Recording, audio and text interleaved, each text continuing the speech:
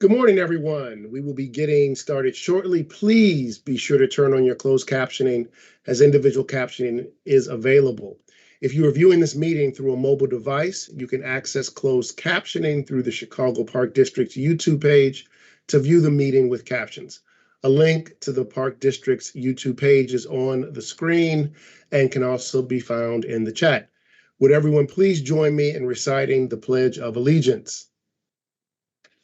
I pledge allegiance to the flag of the United States of America and to the republic for which it stands, one nation, under God, indivisible, with liberty and justice for all.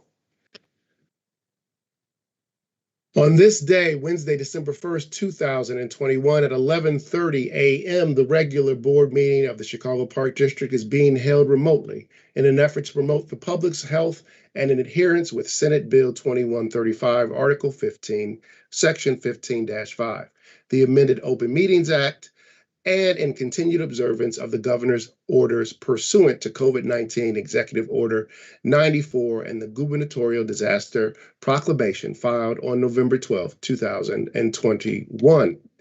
As such, the district has deemed it necessary to continue to hold its meetings virtually. Will the secretary please take a roll call of the commissioners? Of course. Commissioner Edwards? Here. Commissioner Netsky? Here.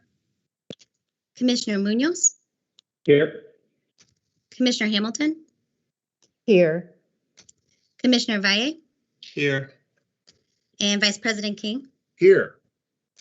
Quorum is present. Let the record reflect that Interim General Superintendent and CEO Rosa S. Carino is also in attendance. This meeting will please come to order. Before we get started, I'd like to take a moment to remind you to visit our legislative portal in the upcoming weeks for the 2022 regular board meeting schedule. The schedule will be made.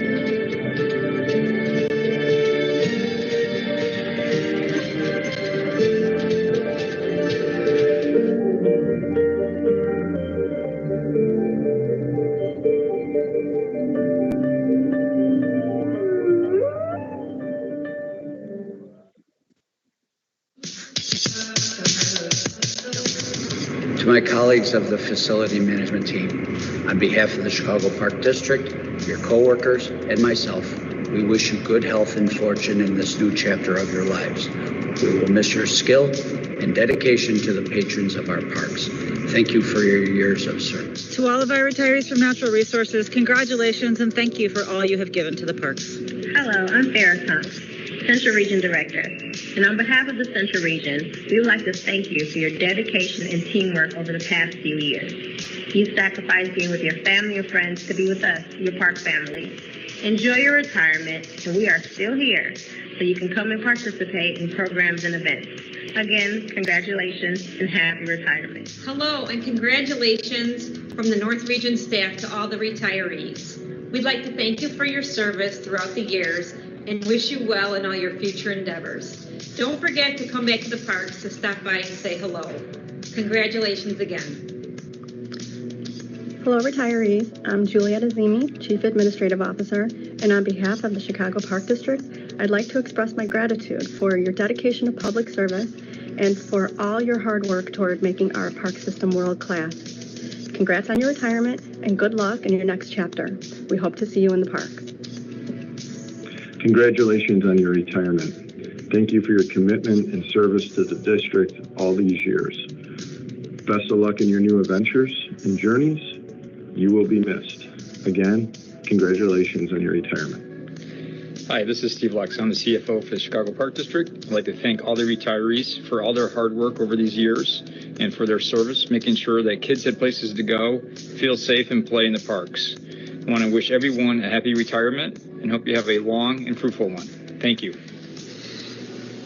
Good afternoon, 2021 Park District retirees. On behalf of the Law Department and Risk Management and our other various support groups, I just want to wish you all a healthy, happy, successful future, and God bless.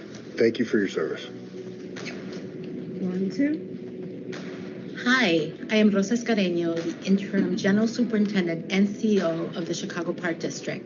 What an exciting time it is for all our retirees. In my short time here at the Chicago Park District, I have learned how wonderful and inspiring our staff are and how much they contribute to the lives of the residents across our city and the success of the Chicago Park District.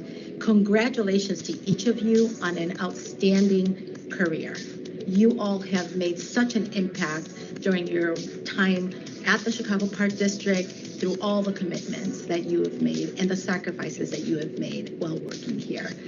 We are so thankful for your contributions and service over the years and wish you all the success in your future endeavors. And I hope everyone has a happy, safe, and most importantly, enjoyable retirement. We hope to see you in the parks over and over again throughout our entire park system. So again, congratulations and thank you for your service. 2021 draws to a close. I want to thank all of the retirees for their years of service to the Chicago Park District and the city of Chicago. Our parks are special. They are special because people get to engage in activities and programming that they would otherwise not be able to experience. This happens because of the hard work and effort of many people who work at the Chicago Park District. People like you. You will be missed. I hope that you have an incredibly happy retirement and that you always know how grateful we are to you and how you have changed not just people's lives, not just the Chicago Park District, but the entire city of Chicago.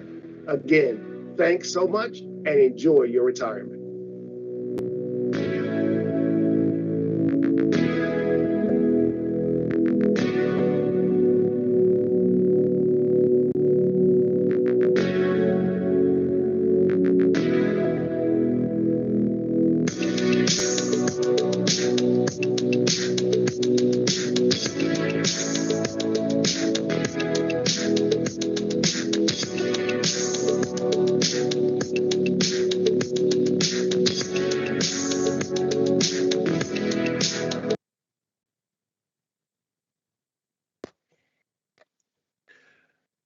Awesome. Can I please ask that there be a motion to approve the resolution honoring the retirees? So moved. And a second? Second. Thank you. Will the secretary please take a roll call for the adoption of the matter? Of course. Commissioner Edwards, Aye. Commissioner Netsky, Aye. Commissioner Munoz, Aye. Commissioner Hamilton, Aye. Commissioner Valle, Aye. and Vice President King. Aye. Motion carried and the resolution is adopted. I don't know, whoever put that, I don't know if it was you, Sarah, or a team of people, but whoever put that video together, thank you very much. It was really, really special and awesome. And if I have to do any of those things that swimmer had to do in the beginning, when I retire, I'm never retiring, because that's daunting. If that's what you've got to do for retirement. But congratulations to all the retirees on behalf of the Park District and the Board of Commissioners. Thanks so much for your service.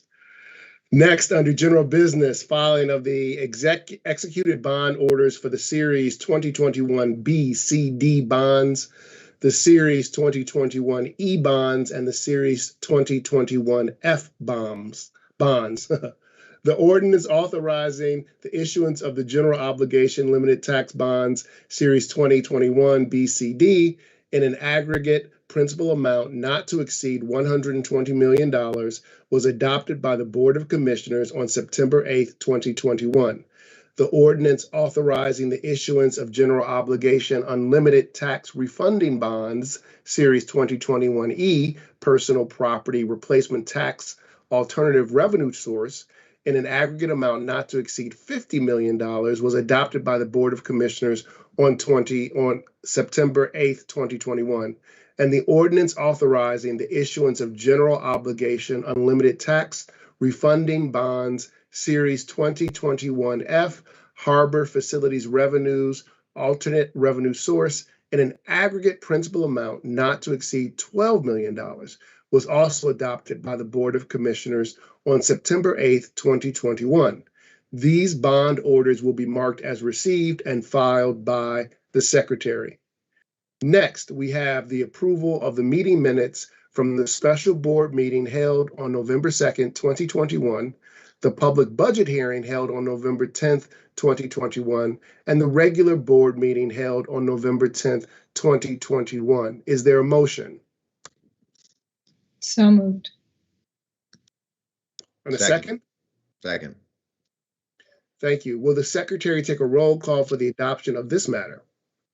Yes, of course. Commissioner Edwards, Aye. Commissioner Netsky, Aye.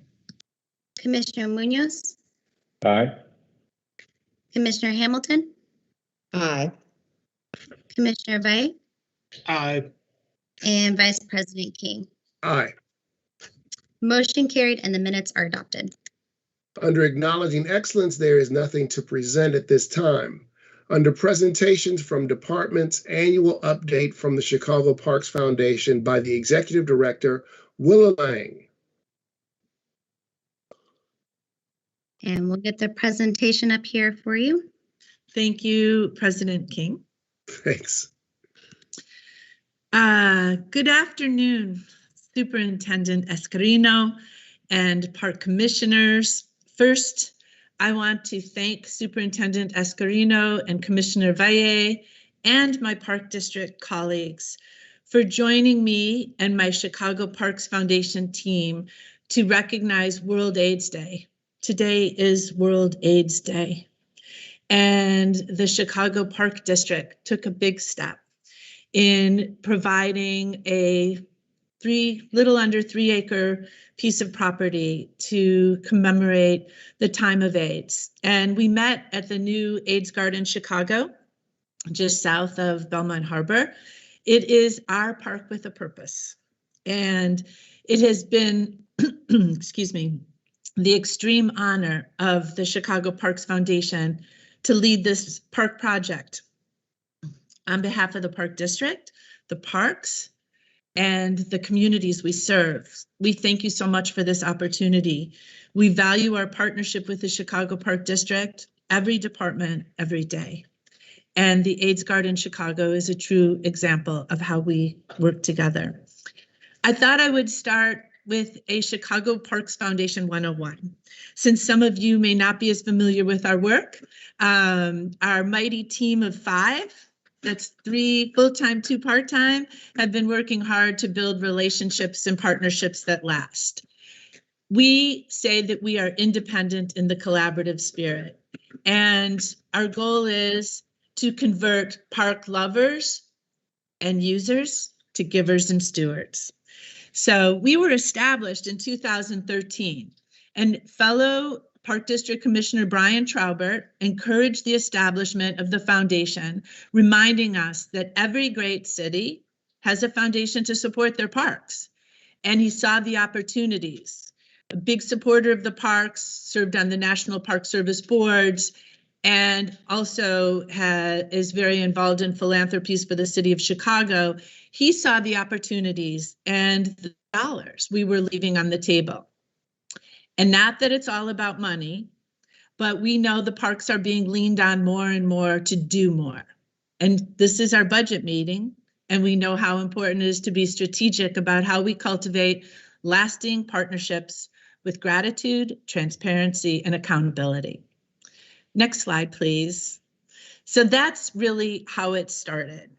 It started with the Pritzker Foundation honoring Brian's service to the Park District Board with $1 million to resurface or repurpose tennis courts across the city. The Chicago Parks Foundation took the lead on that project. We were not just the fiscal partner, we were the manager, and we worked closely with the Park District to get it done in record time. More than 60 tennis courts were resurfaced or repurposed. Many communities said, we don't want a tennis court anymore. We want soccer, or we want a multi-sport court, or we want pickleball. And so we were there to work with the communities to listen to them. We also received the honor of hosting an America's Cup gala when the America's Cup Sailing Endeavor program was here, and that $250,000 was raised, and that went to our community youth sailing program. So We started slowly building our relationships, but what was most important to us was working with our park advisory councils. Today, we extend our 501c3 to more than 75 park advisory councils. We are their fiscal partner, so they can go out in the community, not have their own 501c3, but use ours so that they could raise money for park projects that are approved by the park district, of course, but that they can raise funds with transparency and accountability. And to date, over $300,000 has been raised for individual park advisory council projects. In total, more than $20 million has been facilitated and managed by the Chicago Parks Foundation. Next slide, please. And next slide. We are proud of the relationships with our park advisory councils. And during COVID, we hosted bi-weekly calls. You know, we couldn't get out there and see people in person, but we wanted to maintain the contact and the support. So every 2 weeks, we would have conversations with them, learn the challenges, and mostly just keep that relationship going strong, even though we were separated. We wanted to make sure the contact was there. We also love working with the Chicago Park District and hosting the annual PAC conference, and we look forward to doing that again this year. Next slide. We have signature events. They've been semi-hold during COVID, but our Golf Invitational is a huge favorite at Jackson Park, and we love bringing our Park District colleagues together with our partners. And next slide. We also are very, very grateful to the Bank of America Chicago Marathon. When we first opened our doors in 2013, we literally started with $500, which was an honorarium for a prior Park District colleague. But with the help of the Bank of America Chicago Marathon, we have raised over $900,000, and the runners joined the team called Team Shy Parks, and we are especially pleased that our Chicago Park District colleagues run with us. We are really proud of that relationship, and we encourage us all to work together as a team. Another program that we've started, next slide please, is a Walk with the Future Doc. We are partnering with the Northwestern University med students to lead walks in the park. So that's a new initiative that we started this fall, and we hope to build on it this spring. We're most proud of two projects in particular. When COVID hit and the Park District couldn't hire all their seasonal workers to keep the parks clean, the Parks Foundation said, this is what we do. This is what a foundation, a public-private partnership is all about. We are nimble. We don't have the same policies and procedures. We can act quickly. And what we did is we pulled a program together called Pitch In for the Parks, where we asked everybody to come out and safely clean up their parks. We supplied all the materials, gloves, masks, bags, and water, and we went out in the parks. And the first year we had over 2,000 volunteers, over 350 individual park cleanups. This year we had over 4,000 volunteers. And I'm emphasizing this because we had 4,000 volunteers who said, yes, I want to be there for my parks. Over 600 individual cleanups, 650 individual cleanups, and my small little team of 5 went and delivered supplies to all of these volunteers. And what we found is a lot of these companies, they jumped in because they wanted to show their employees doing something good. And a lot of them, it was the first time that they got together in person because it was safe to do so out in the parks. And next slide, please. And getting back into other ways that people give. We have special park projects like the fountain garden. We had a donor who said they wanted to make a gift. They didn't know where they wanted to put it. We said, look, we can't have new gardens without making sure that they're endowed and maintained forever. Fountain Girl is a beautiful example of working with Kathy Breitenbach and her team. We created this garden with the donor, and they are forever maintaining it. We also are in charge of dedicated park benches. This is such a huge a huge connector because the parks make memories for people. And now they're able to have benches in the parks. And we are replacing some of the older benches that are disrepaired with some of these newer dedicated benches that last longer. And of course, we have individual giving and a membership campaign. Next slide, please. But as I said, in addition to Pitch In for the Parks, which is the first ever volunteer initiative of its size for the parks, we are really honored to have worked with our communities, with Alderman Tunney, and our donors and everybody at the Park District to pull this AIDS Garden Chicago together.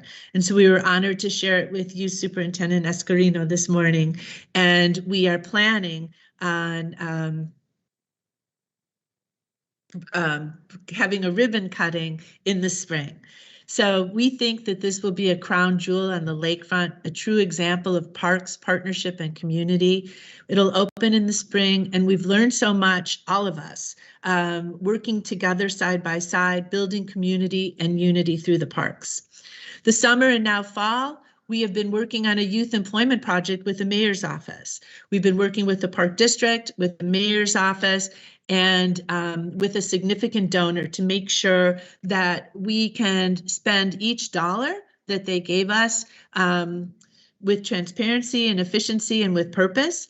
And we continue that. We have 150 teens that we're working with and over 15 community organizations. On Saturday, we're hosting a one-day workshop at Malcolm X to teach our teens how to plan events, but also that event planning is a career. And we were honored to have our Park District colleagues in our permits and special events department present to our teens last week.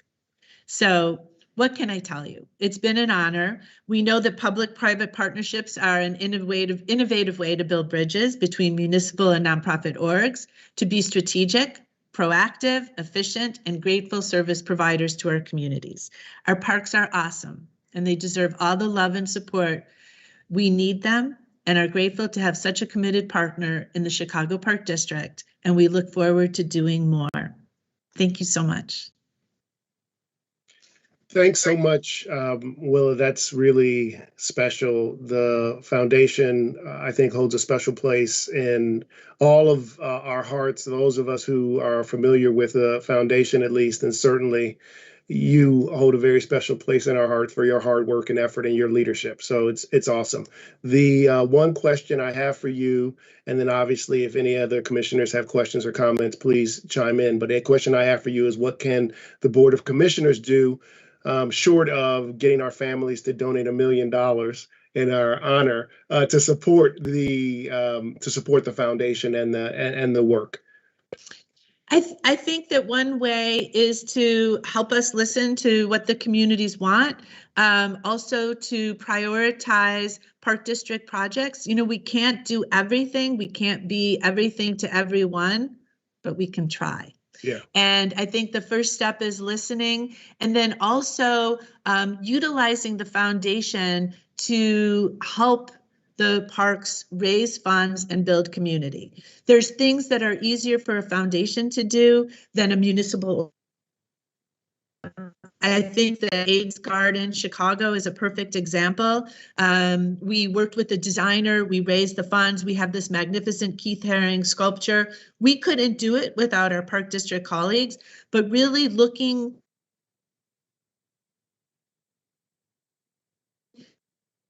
it and say this one would be a good partnership for the Parks Foundation to not only raise the funds, but also be that creative partner to facilitate the community conversation as well.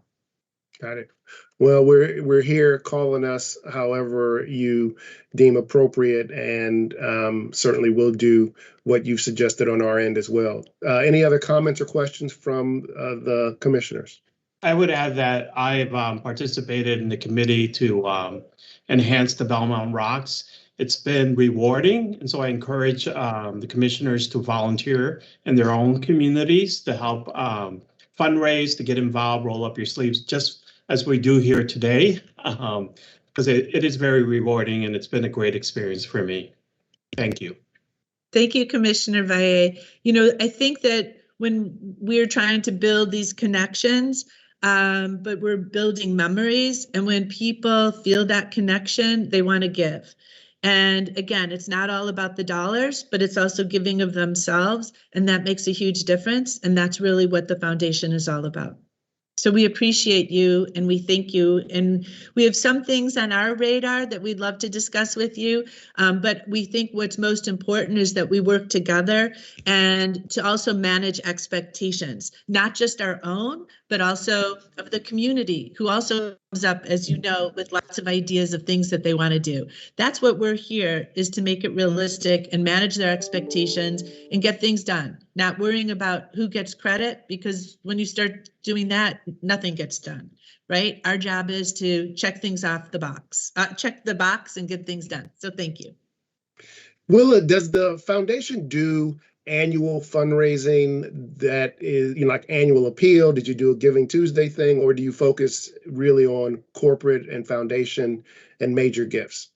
No, we did. Actually, what we did this year is, because there's been such a focus on trees in communities that need them the most, we did a tree campaign. And we know it dovetails really with the mayor's office is, you know, dedicating funds to planting more trees. And we know that people like to give to things specifically. So we put it out there. It's a tree campaign. We want people to give to planting trees, not only planting, but also maintaining them and mulching them. We weren't able to do that in the past years because of budget, right? So we're going to work closely, whatever funds that we raise off of our tree campaign, it's all going to go to Kathy's department, and that they can make sure it gets utilized in the proper way. Appeals as well. You know, our staff is small, but we're asked to do a lot. We hope that our staff will grow in the future, but right now we're just keeping it, you know, lean and mean, and we will continue to raise funds. One thing that I want to mention, which we just found out because we had to put it on a form for the mayor's office, our management and administrative costs are 4%.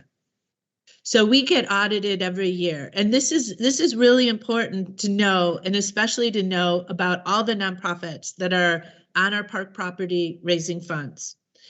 Their management and administrative costs should be low. Yeah. And we are really proud that our management and administrative costs are 4%. And mostly it's because each and every one of us is dedicated to programs and projects and working in the parks. Yeah. That is incredible, and thanks for sharing that bit of information. And please do, I don't want to twist my and my fellow commissioners' arms too much, but please make sure that if there are ways that we can be supportive also in the funding and fundraising efforts of the foundation, please let us know. I'll do a shout out to all the commissioners who have donated thus far to not only the foundation, but also most recently to the Chicago Park District Initiative. And I'll do I won't embarrass him too much, but I want to give a special shout out to Commissioner Edwards, who made a very generous donation. So thank you for that, Commissioner Edwards, and everyone who supported the Park District financially, as well as the foundation financially this fiscal year. And you know what? I want to say one thing. That's the best thing that you could do, is let the public know that there's a foundation that supports their parks. They can give a restricted gift or they can give a general gift. But that's really the most important thing, is that there is a foundation that's not government that supports their parks directly. So great.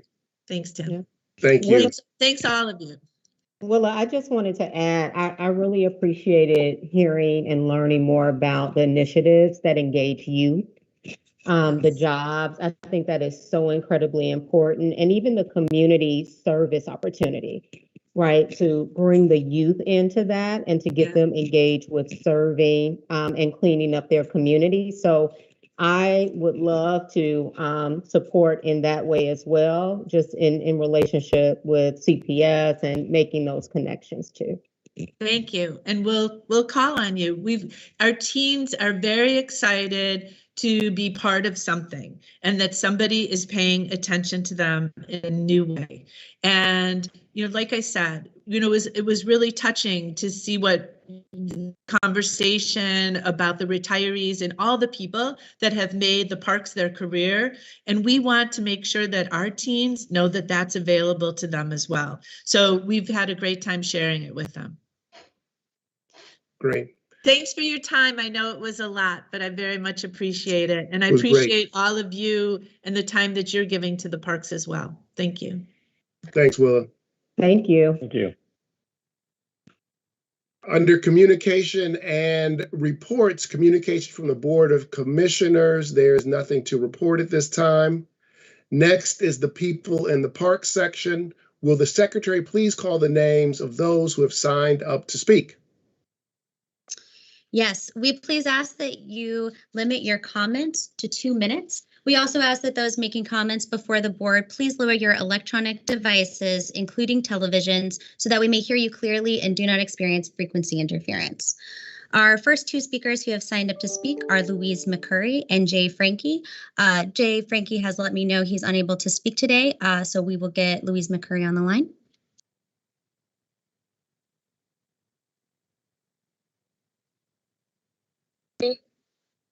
Hi, is this Louise? Yes. Hi, Louise. Good afternoon. You are live at the Chicago Park District Board meeting. You may present your comments to the board now. Thank you very much. Good morning. I just want to say thank you for that wonderful video at the beginning to honoring retirees. I looked at the budget for Chicago Park District employees and go, oh my God, these guys spend hours and hours of time, of volunteer time themselves, because their salary in nowhere reflects the amount of hours that people spend in Jackson Park just keeping our park open. Those folks that are actually paid for by the park spend hundreds of hours on their own time just coming and helping out. I also want to say huge amounts of gratitude to Chicago Parks Foundation. Had it not been for the pitch in for Chicago during the time of COVID, people really would not have had a way to get back to their parks and enable people to get through the whole period when they felt like they were closed in and couldn't get out of their houses. They could come out and work in the parks and contribute and feel like they were still able to give back. That, for a lot of us, made it possible to bring numbers of people out to keep our parks safe and clean and a place that people want to be. So I want to spend a couple of minutes today just saying thank you to all of our amazing volunteers. It is because people care about the parks and all the parks in the city that every park has a whole cadre of volunteers who spend hours coming out, gardening and cleaning and making repairs and taking care of the areas that need those hours of time that park employees often can't get to. It is those volunteers that we see every day who come to us with ideas and with suggestions to bring back to the park district. Creating that partnership of the eyes on in the community that come back to the park district to get the work done to make the park better. So it's a huge network of folks working together that just is always exciting to see how well it works. 15 seconds remaining. I just want to focus on the field that is by Lakeshore Drive on 63rd Street, where, in fact, the walls of the old women's tennis field, which had layers and layers and layers of sidewalks, have fallen through. And now the lagoon is actually flowing directly onto the field. We have volunteers with sandbagged and removed the invasive species and kept it going, but now that area needs some TLC so that it can actually become a dog-friendly area, as well as being a place for folks to jog and run and enjoy. So with that in mind, just would love to ask for a little time with Park District staff to clear up that area where the lagoon is now flowing in the 63rd and Lakeshore Drive field. Thank you so much. Thank you for all you do. It's been a pleasure. And hopefully COVID is over and more volunteers can get out and be working in the parks. Thanks so much. Thank you so much, Louise. We'll release you from the call and you may rejoin the meeting through one of the links provided. And our next 2 speakers who have signed up to speak are Patrick Donovan and Levante Stewart. Please let the record reflect that Patrick Donovan has submitted a supporting document, which you may find in your board packets. And we will get Mr. Donovan on the line.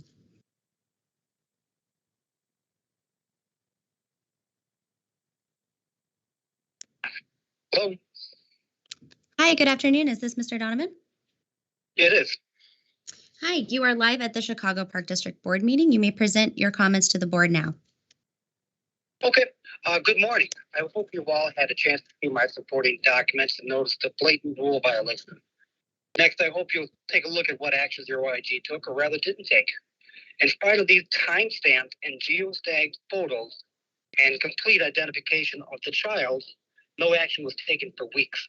The practice of children and young women working in thongs and micro bikinis continued, as I've documented in other complaints. North Avenue Beach followed their own rules. These photos, along with audio and video, were submitted on July 26th. The child's mother wasn't notified for 17 days. The child continued to work there unbeknownst to her mother. You see, she wanted to hang out with her new friends, the ones who treated her like an adult, let her do adult things. The child was provided with her new uniform and told she could wear it just like the other girls that she wanted because she looked good. Hell, maybe she'd even be invited to hang out with them after work. I showed these photos to a professional pool manager. He was shocked and appalled. He called it sexual exploitation and outrageous. I agree. After looking at the photographs, he pointed out the excessive ties on the back and called it a tangle hazard and said it should never be worn. If the 16-year-old who was in her second month as a lifeguard had to save a panicked swimmer, it would most likely come undone as they grab for whatever they can. Now you have two panicked people in the water who both need to be saved. The girls were paraded around a crowded North Avenue beach on a Sunday. 30 seconds remaining. Sorry?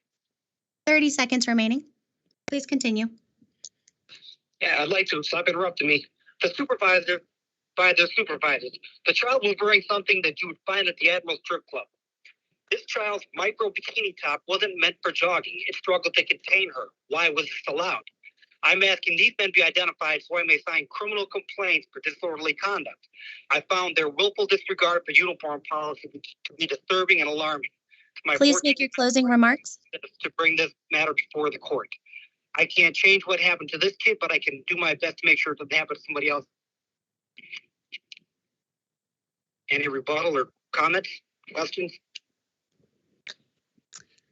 So thank you for your comments. As I have indicated to the board and to the public at large, I have made a commitment to take any claims or allegations extremely seriously. And I understand that the IG is looking into these matters, and I plan to await the outcomes of the investigation. I also understand that again, we continue to work on these very issues. And so looking forward to collaborating with the OIG and any outcome of their review and investigation that may result from these claims. So thank you. Who is this? My name is Rosa Scareño. I'm the Interim General Superintendent. So thank you for your comments.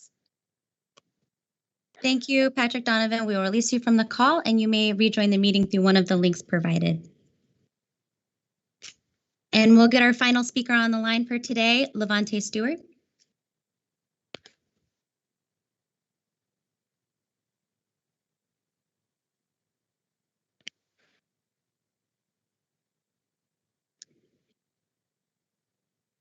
Good afternoon. Hi, is this Levante? It is.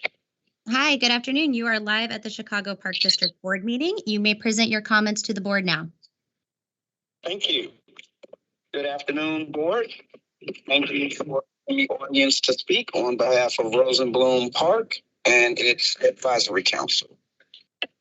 I would like to bring to the board's attention, as I did in the previous meeting, that there are three major concerns for our advisory council and for our community members. One, we are requesting that the status of our park be immediately changed from a playground to a park. We are not sure why we were originally categorized as a playground, but our facility, I don't know the actual full square footage, but it's very big. It takes up multiple city blocks. We have 3 baseball diamonds, a full football and soccer field. So There is no reason that it's a standalone playground, so it should not be categorized as a playground. We do believe that that causes other problems. It causes fiduciary and fiscal problems, being that our budget has been stuck roughly around $140,000 since the renovation of Rosenblum Park. When you look at comparable parks in the area, such as Rainbow Beach Park, which has a budget of around roughly $336,000, it is inequitable, and it is a slap in the face of the residents of South Shore. We want the equality across that park. We need about another $250,000 infused in our budget to 25 seconds remaining. We need more money for our staff. We only have 3 staff people in that park compared to Rainbow, which has about 6.4 full-time staff positions. So we are requesting more money for our park and a status change, and we are also requesting that you meet with CPS to discuss having space in the old South Shore High School. We do not have a field house. It is insulting to our community to call a basement hallway a field house. Please make your closing remarks. My closing remarks is that we would like you to reconsider this before passing our budget. We would like it to be amended at least to the tune of another $250,000, and we are requesting a meeting with the board, a private meeting with someone from the park districts. Thank you. Respectfully, Rosenblum Park Advisory Council.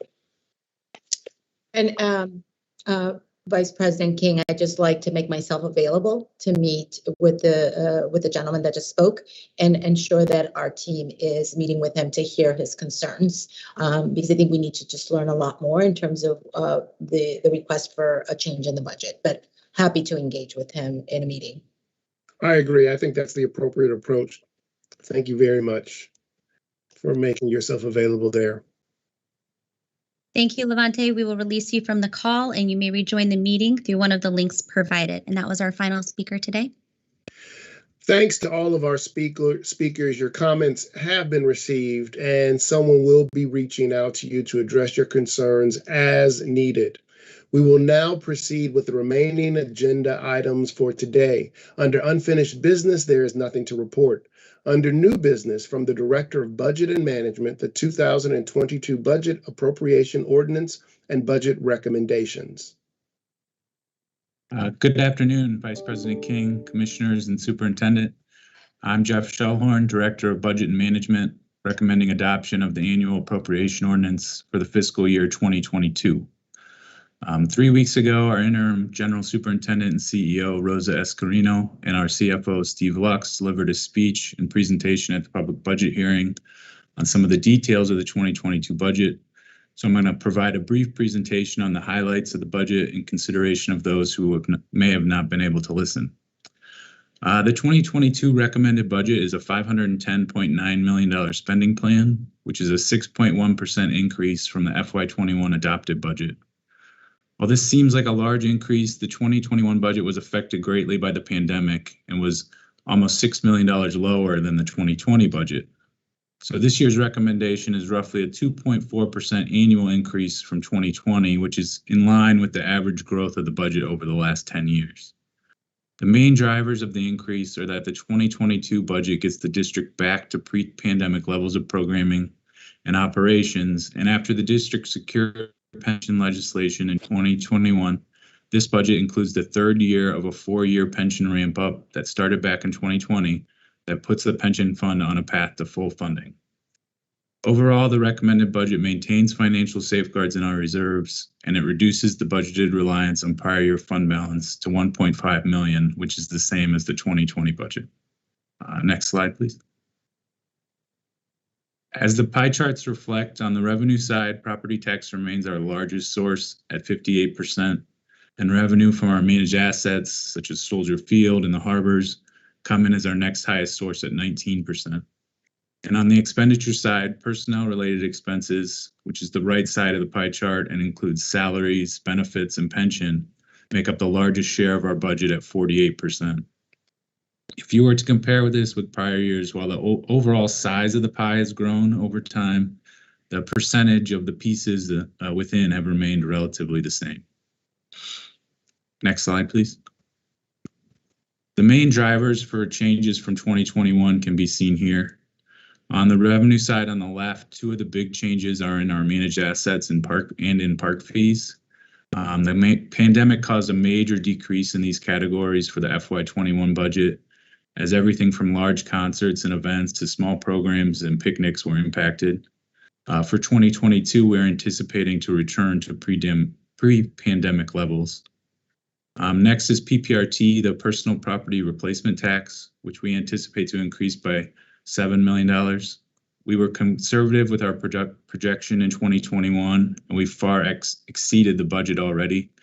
And based upon increased projections by the state, we're able to budget an increase for 2022. Then comes property tax revenue. This includes $6.1 million from value capture of new property and expiring TIFs. And in addition, this includes a small tax increase that will net the district approximately $4.3 million. The impact on the average homeowner for this tax increase is roughly $4. On the expense side on the right, the impact of a return to pre-pandemic levels of programming and operations can also be seen here, as salary and wages, expenses for our managed assets, and other non-personnel accounts are anticipated to increase. On salary and wages, in the FY21 budget, we had savings from a hiring freeze and savings from 3 shutdown days, and we've eliminated those in this budget. The large non-pandemic related expense here is the $8.8 million increase in the pension contribution. In 2022, the district will allocate a total of $52 million to the fund as we continue to work to put the pension fund on a path to full funding. Next slide, please. We show this slide each year as a reminder that the Park District is one of 7 taxing jurisdictions on the property tax bill. While it's our largest revenue source, it's actually one of the smallest on the bill. The district's portion of the property tax has decreased over time. Over 10 years ago, it was 7.11%. Now the district's portion of the property tax is 4.76% of the total, with the average homeowner paying roughly $260 towards parks. While our resources remain constrained, the demands on our resources have continued to grow.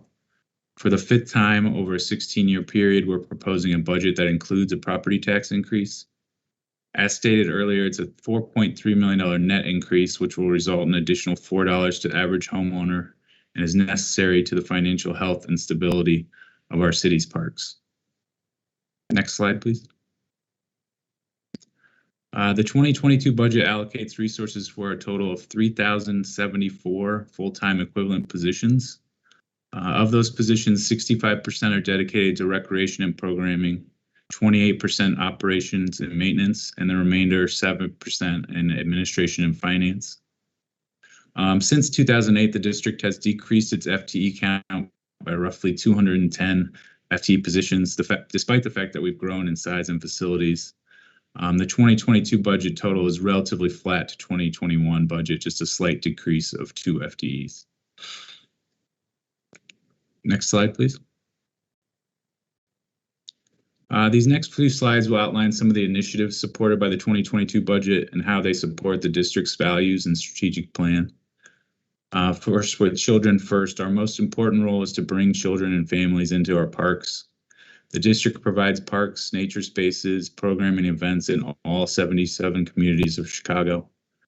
Following CDC and state of Illinois COVID guidelines for 2022, we're excited that we're returning to play all sports leagues impacted by the pandemic to full capacity, including intercity hoops, girls fast pitch softball, and junior bears. In 2022, resources will be placed to increase the types and numbers of girls sports programming offerings to provide girls with more opportunities to participate. And we'll continue to strengthen our teen programming by utilizing our new teen centers to create opportunities for teens. Next slide. Our program fees will not increase in 2022 and will stay true to our mission to be the best deal in town. We prioritize quality in our programs and accountability in our fiscal management to provide excellent and affordable recreation opportunities that invites everyone to come out and play. Being mindful of different socioeconomic conditions throughout the city, park program fees are tiered based on community needs to allow residents to participate in park programs and events. We'll never turn a child away for an inability to pay and provide access to more than $2.8 million in financial assistance. In addition, this was the 4th year of our financial assistance fund campaign titled Park Kids Are Our Kids, and we've surpassed 132,000 in donations from nearly 190 donors, with more coming in. Built to last, this value features some of the capital projects for 2022. Working with our partners at the city, the district continues to focus on improvements to our cultural centers.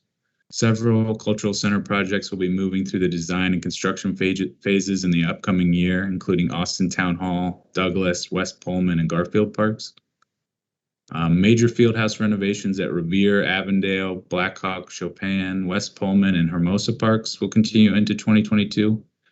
These improvements range from roof replacements to masonry to window restorations and a variety of other site improvements. And lastly, in the Brighton Park neighborhood, we'll continue to develop the new Park District headquarters that'll feature a 20,000 square foot multi-story public field house with a gymnasium, fitness center, and community multi-purpose rooms, as well as office space for the district's admin staff. The park will have additional amenities like athletic fields, walkways, playgrounds, spray pools, and natural area. Construction started this year in 2021, and the project will be complete in spring 2023. And lastly, next slide, please, sir. Lastly, under extra effort, we'll activate the Culture in My Neighborhood initiative to better serve artists and communities in our cultural centers and deepen community engagement in civic spaces. This initiative will pilot new arts residencies, partnering artists with community parks and potentially other city departments or local businesses. And through our special recreation department, we'll expand adaptive sports opportunities for youth and adults, expand events for our deaf and hard of hearing community, and programs for our veterans. In addition, improvements at River Park will support the first adaptive paddling program to provide individuals with physical disabilities access to river paddling opportunities. And next, I'm going to turn it over to the superintendent to expand a little bit on another very important initiative in the 2022 budget.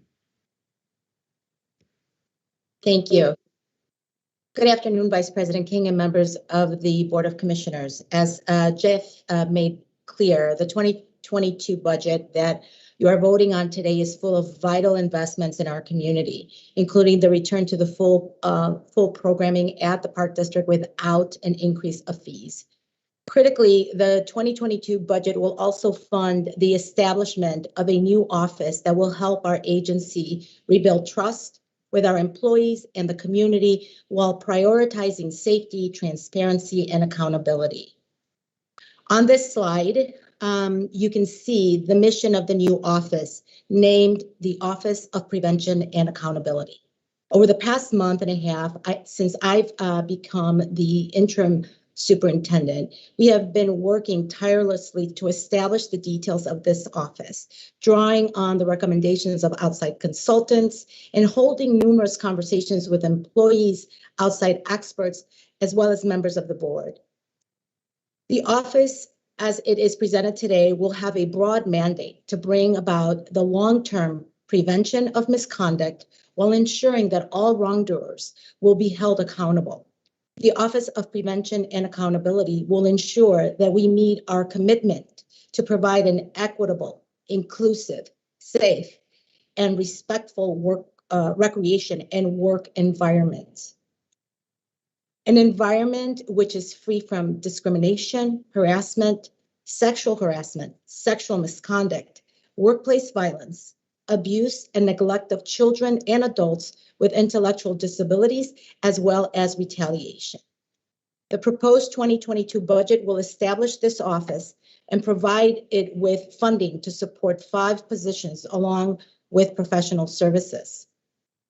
The 5 positions are as follows: a director, a senior investigator, 2 investigators, and a case intake specialist.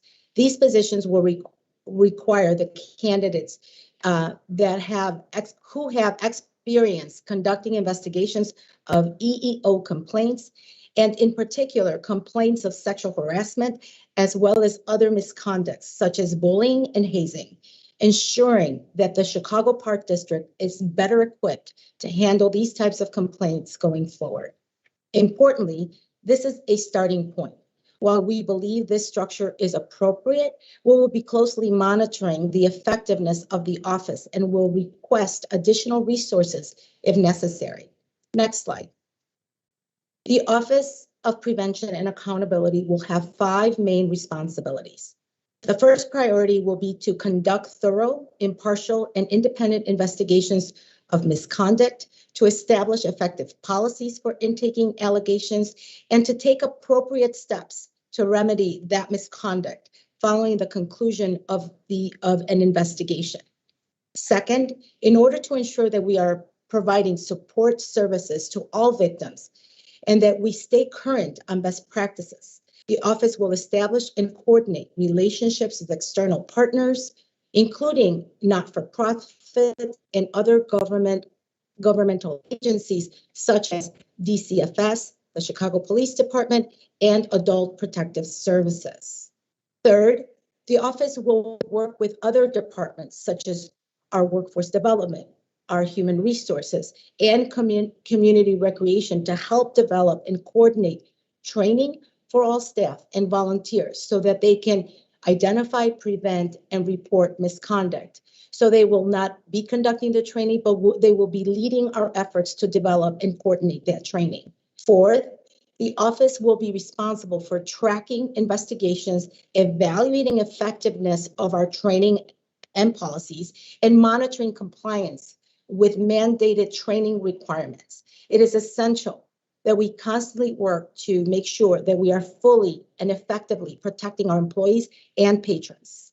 Finally, and critically, we are committed to transparency, and the office will release regular reports and dashboards to the superintendent and the board, as well as the public at large. Next slide. Today, as part of this budget, you are also voting to establish the Office of Prevention and Accountability and to make sure it is fully funded.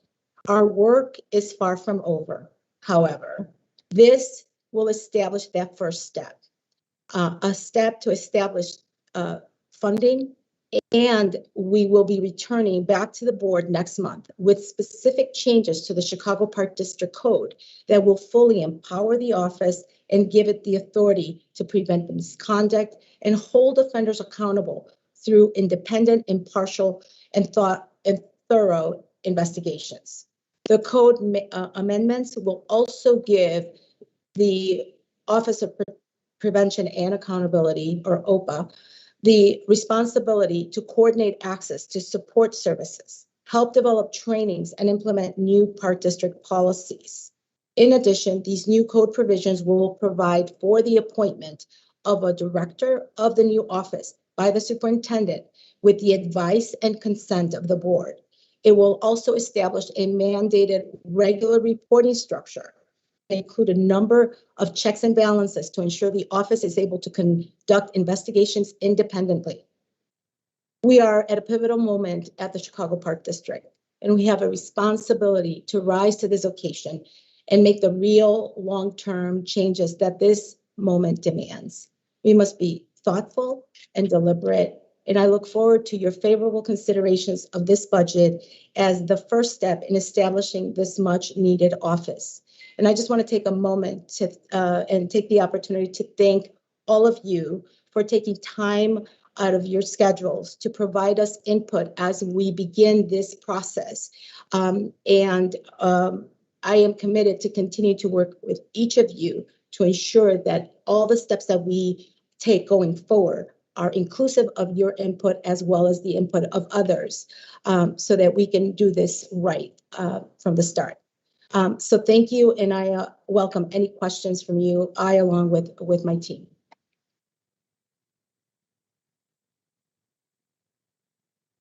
I'm wondering if it's enough money, because this is an imperative, important project that needs to be launched. And have we done benchmarking on salaries to ensure that we attract the best for these positions? And so, yes, thank you, Commissioner. As I indicated in my remarks, we have looked at best practices. We have looked at advice from consultants as a starting point, including how we are initiating the structure and the fiscal appropriation of this office, up to and including the positions and what they should be paid. But I know that I have shared with you as we've been working through this process, I am not going to be shy, and I'm going to make sure that the staff that is here, even beyond my stay, if this office over the very first year feels that it needs more resources, this is going to be a priority. We will come back, we will request additional resources, and I actually welcome the board to ask either myself or anyone sitting on this chair to come back and to provide you a status update as to how this office is doing. And if the office shall need additional resources, it should get those resources. Rosa, this is Commissioner Edwards. Can you hear me? Yeah, we can. Okay. I would just like to add to Commissioner Valle's comments that I don't know if the cost of increased training of our staff throughout the organization is in this 600,000. But certainly, you know, as I've mentioned to you before, I draw on my experience as a university system board member at the U of I on the cost of training, and that the training itself, the investigatory work is incredibly important, but it starts actually with the training as is really the bedrock, at least in my experience at the system, for preventing harassment and discrimination in the first place. And so I guess my question is increased training, which is again I view as absolutely critical bedrock for improving our performance in this area and preventing harassment in the future of all kinds. Is that budget been increased outside of the 600,000? Well, Commissioner Edwards, thank you for that, and you're speaking my language. So in my previous experience, I am a very strong believer in education, awareness, and training as pivotal to this, and I absolutely agree. I want you to know that one of the things that I, along with my team, have been doing as we're creating this office, we're not working in silos here. We actually are also looking at our HR department, and we have an actual division that is charged with workforce development. We are reviewing the trainings that have been held and how we are actually going to elevate training system-wide. And so while that is not part of this budget, we are looking to those budgets. We're reviewing what trainings have been done and how we reprioritize and now begin to align those offices with this office that will be developed. But I will tell you that we are not waiting. We are already, so just as a quick example, our aquatics division, we are delaying the initiation, the start of the next program, which starts in January. We're delaying it by a couple of weeks, taking 2 weeks to actually do a very intense training of the aquatics division. That's just one example of how we are revisiting what the organization has been doing in relation to training. And consistent with what I said earlier, Commissioner Edwards, if we think that we need to come back with more training dollars so that as this office begins to work with other divisions within the Park District organization, I will come back and we will make sure that the director who is going to be hired is going to be empowered through the code to direct training. That's why that language is so important. The director will not just be saying, I need training. They are going to be giving the authority to, based on their investigative, the trends that they're seeing, that they actually dictate to workforce, this other division, the type of training that is needed. And yes, if we need to bring outside experts, absolutely, we should put money where the money is needed to get this done. And just so that I understand what you're saying, and I think well, what you said, I know what you said was outstanding, and what you've been doing thus far is spectacular. So thank you for that. But so that I'm clear on Commissioner Edwards' question and your response, what you're saying is the intensive training that we all recognize and know needs to happen immediately, really, and ongoing, is not part of the OPA budget in and of itself, but rather built into the other budgets of the other departments. So that funding is there in the budget, but it's kind of separate from the funding that we're talking about right now for this specific OPA office, correct?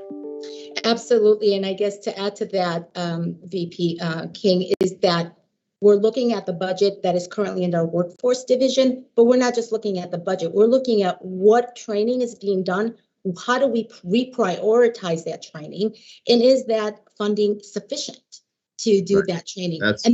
And that's part of when we come back next year, as we begin to kind of bring all these things together. We don't want things working in silos anymore. This office is going to demand of other agencies certain resources, and we have to make sure that there is strong collaboration here to make sure we come back to the board and ask that those funds be added. And maybe they're not added to the Office of Protection, but they are added to the Office of Workforce as a result of the input that is coming to the district from the Office of Prevention and Accountability.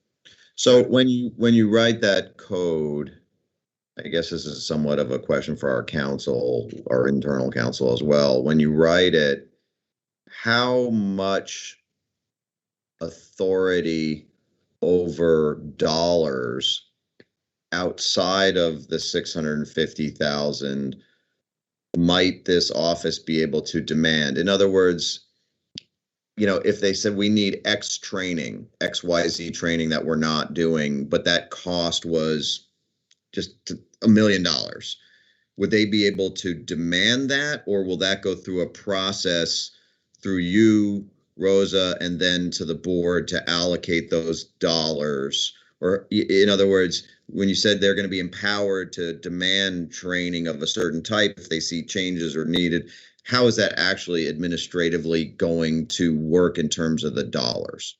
Sure. So, and I may need help here from Jeff, who, in my month and a half, I haven't learned all the I understand that's a very detailed question, but I'm just trying to make sure that we do have enough dollars and that you are going to have to balance, like you said, the multidisciplinary ability of you to have input into how the training works, this office to have input, the workforce group to have input, and the financial office to have input. Yeah, if you don't mind. Jeff, yeah, let me just say one thing, and then I'm going to send it over your way.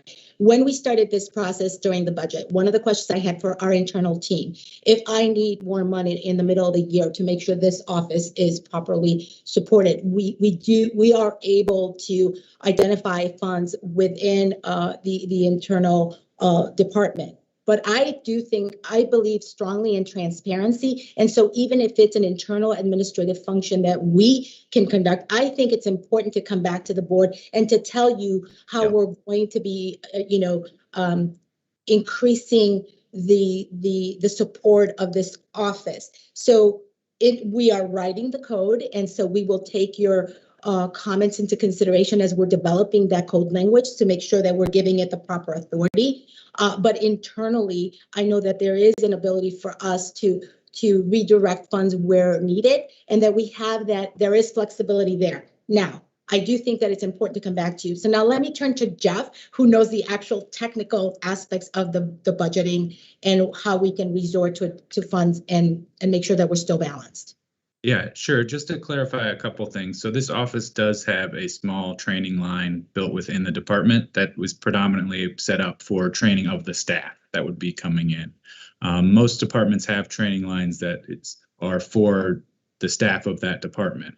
Overall, Park District training is typically out of the workforce development that Rosa talked about earlier, and that is increasing in this budget for the overall Park District. Now, if, as you said, they find, trainings they want to conduct next year that cost more than what we allocated for, the training line is within the contractual services class, and we have the ability to move things within that class, from finance general or other accounts, if we're finding other areas are down, we have the ability to transfer within very simply. And I think there's some room there, you know, if they find additional trainings that, you know, are cost more or we didn't think of it, you know, thus far, there's some room to maneuver within that class. Would it be possible, Rosa, for the board, whenever you're ready, to get an update on the new training for sexual harassment, discrimination, racial and other ways, reporting person obligations that we're setting up within our organization, just so we can see based on, like, I know my ED has a lot of experience, and Commissioner Valle and Munoz and others, and I have my own, and to make sure that we at least understand what are we doing in these, what I would call, to me, the three critical categories, which are, you know, discrimination, harassment of all kinds, sexual and others, and reporting person obligations. Yes, absolutely. I do want to just say one comment about that. When we are building these, I don't want you to think that it is the Park District doing this and flying this solo. No, I'm sure it's not. We are strongly relying on the experts who do this. And that's why those partnerships are so critical. And you have my commitment while I am here to actually seek your input, because you have your own areas of expertise, and we welcome that. I know that we've already started that engagement, so I look forward to actually getting, you know, feedback from you as we begin to build this. Great. So I just have a comment that, you know, and I think this is important as we start developing the language for how we're going to codify this. But, you know, I get, you know, the importance of having this office, and we should have it, and they're going to be responsible for training and investigating and compliance. But I think it needs to be clear that, you know, this doesn't absolve supervisors, departments, and the rest of the Park District of the responsibility of ensuring that our staff and clients and everyone we're serving is safe. This office is going to be there to quarterback, so to speak, all the work and making sure these things are happening. But everyone else is still responsible for safety, training, and working with their staff. Correct? Absolutely. I think one of the things, and it was funny because when we were trying to just get feedback on, you know, not only the setup of the office in its initial sort of structure as we've presented to you today, that the name also becomes an important element of that, right? And so when we talked about prevention and accountability, it's because we meant that, right? We mean that our job is to prevent this from ever even happening. And number two, that when it does happen, people will be held accountable. And in my short time here, I think I've demonstrated that accountability is something I take very, very seriously. And yes, to the point of these trainings do not absolve individuals of that. It doesn't. But I will tell you that similar to what Commissioner Edwards said, I know just in my experience in past positions that I've held, that if you do not train your staff correctly, and if they don't know the rules of the road and understand the consequences that they will face, then it's all for nothing. And so this training, awareness, and education becomes a very important tool. With that, Commissioner Munoz, I understand exactly what you're saying, because these are policies, procedures that I've actually established before. We tell you what the rules are, we'll tell you again, and then you now know, you have been fully informed about what your responsibilities are, so that when there is a finding, then you can't say you didn't know, right? I think right now it is really important to just state that the employees, the vast majority of the employees at the Park District are incredible workers. There is a lack of clarity and understanding about the policies and procedures, and you know, and just not enough training and awareness. So we need to establish very strong training. With that, though, Commissioner Munoz, we are not going to be leaving the accountability part out of it. It's built into that.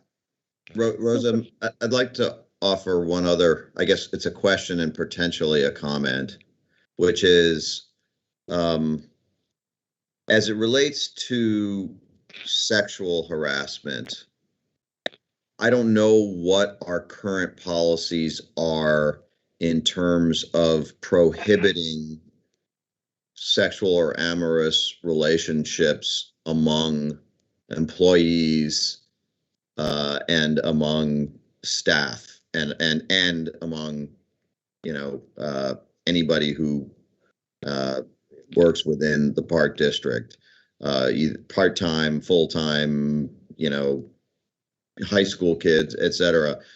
And I don't know if we have prohibitions, but I would imagine CPS doesn't have just training on sexual harassment. I don't know this, but I would imagine they have a prohibition on, I would hope, relationships between faculty, staff, and students, for example. But even organizations are putting in prohibitions on these types of relationships, even not among children, among, you know, among staff, and there are certain guardrails that creates that I think could be important here. And that's not to say that you can't have a situation where you might have two adult employees who want to have a relationship, but that you can put in reporting requirements about those so that, you know, people have to consent to a relationship with another employee. And that might be a way to really strengthen the guardrails if we would look into that. Commissioner Edwards, let me, before the interim superintendent responds or comments, I just want to point out to everyone that this is a conversation regarding the approval of the budget. And Okay. while these questions and comments that we're getting are very important and the discussion needs to happen, I want to encourage the commissioners. The interim superintendent has been incredibly generous with her time in making herself available to have conversations and briefings with every commissioner regarding all of this. So those questions and comments that are kind of advice and counsel and things we should think about or things we might want to do as it relates to reporting and the structure of the office and all of that, I want us to make sure we're having those conversations with the interim superintendent, but that we are maintaining our focus here in this conversation regarding the budget and our discussion of the budget and approval of the budget, because that is the agenda item and that is what we are supposed to be doing right now. With that said, Commissioner Edwards, I think everything you just said is exactly right on, and I hope that we can, move forward with those types of recommendations as we fully flesh out this new office. I apologize, Vice President King. Thank you for getting me back on point. I apologize. And I'll just quickly respond. Rosa, before you respond, I did want to just add something into this discussion. So I did take the opportunity to meet with Rosa. I think it was yesterday. And a lot of what Commissioner Edwards you're raising was part of our discussion. The emphasis on training, the importance of training, the importance of this being a pivotal point and a point of inflection for us, and that the policy should be shared with the board for input. So I feel good that it sounds like there's a consensus among the board members that we need to move in that direction. And Rosa, thank you and the team again for all of the work that you've put into this so that we can begin to steer the ship in the way that it needs to go. And again, Vice President King, going back to my original comments, thank you for the budget and thank you for the budget of the OPA. And hopefully we can just make sure that the rest of our budget over time has adequate training. Thank you. Thank you. Do we have any other comments or questions related to the outstanding budget presentation that we have received from the commissioners? Any further discussion? I'd like to, I know I'm saying more than normal. I apologize. I'd like to just commend our Superintendent Escareno and our financial staff for putting this budget together. We all know there's high inflation out there on our expenses. Don't go down, they go up. $4 it's only, I think I heard Jeff say 6th time in 15 years there's been a property tax increase, 5th time. $4 per house in the city is a very reasonable increase. No increase is good, but when the cost that the Park District faces going up and the demands and the value that our employees provide our residents every day, I think it's an outstanding budget, and I just like to commend the staff.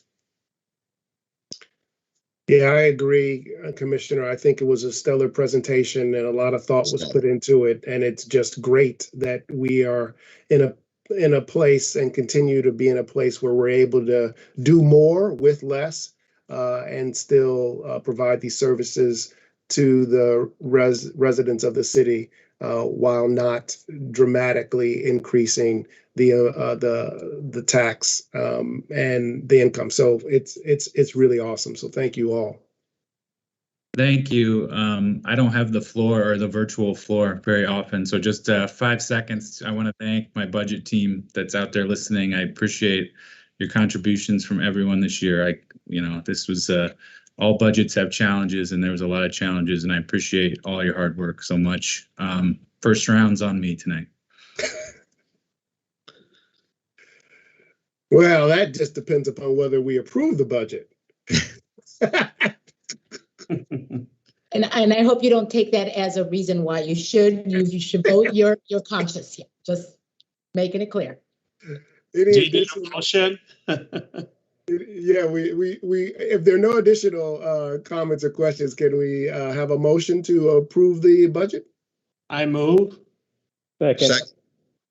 Thank you. Will the secretary please take a roll call for the adoption of the matter? Of course. Commissioner Edwards? Yeah, aye. Commissioner Netsky? Aye. Commissioner Munoz? Aye. Commissioner Hamilton? Aye. Commissioner Valle? Aye. And Vice President King? Aye. Motion carried and the matter is adopted. Now you can buy drinks. Right.